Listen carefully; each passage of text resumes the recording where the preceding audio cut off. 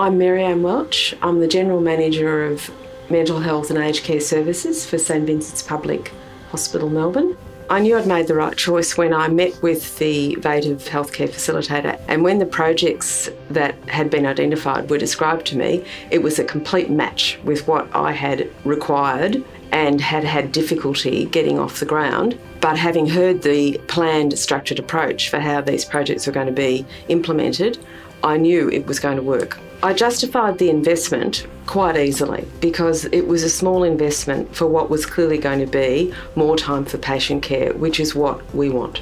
The biggest results were related to clinical handover and falls. We reduced clinical handover from an average of 45 minutes to 15 minutes, or 75% of nurses' time when you added all the components of handover. We were able to introduce a bedside handover method which involved the patient with their consent, and that is something that's in line with the national guidelines, doing it with you, not for you, and we are finding that very successful.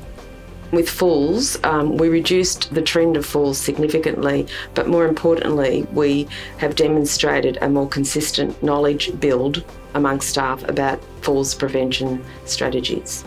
My name is Christine McGrath and I'm a St George's Hospital After Hours Coordinator. My experience with the Vative program was quite empowering. It was great to work with my colleagues on all levels and to see everyone work as a team to promote great change, which made even little things made a big difference, but the big projects made huge difference.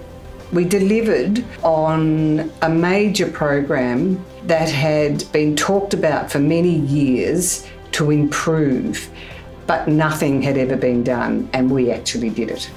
My advice to anyone considering Vative would be to go ahead. The results were all positive. People are still talking about it. What was agreed to and offered was delivered.